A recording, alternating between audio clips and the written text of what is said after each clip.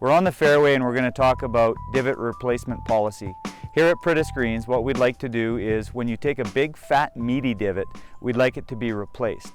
If you take a shallow divot that explodes into numerous pieces, we'd like you to use the sand seed mix provided in the divot bottles. Let me show you a couple of examples. So after hitting your shot, you grab your big, fat, meaty divot and take it back to the hole. Fit it in as well as you can into the hole.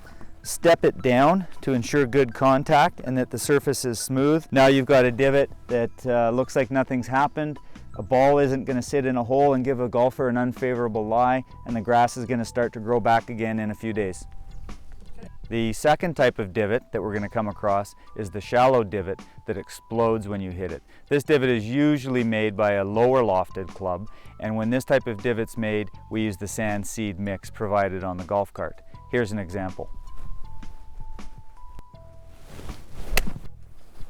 So as you can see, this shallow divot exploded, and there's very small pieces of grass that there's no use putting them back into the divot because they're not going to survive. So we throw those away. We'll walk back to the golf cart and pick the sand seed bottle off the golf cart. We'll put a little bit of the sand seed mixture in just to leave a nice flat lie there. We always press it down and then just give it a smooth with the bottom of our shoe. That way there's no extra sand that sits on top that will dull the mowers when they come through it. But if a golf ball sits in there, they still have a pretty good lie.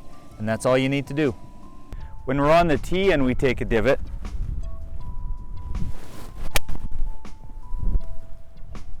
we don't want to use the sand and seed bottle from the golf cart. What we want to do is use the sand and seed mix provided here in the green box at the tee.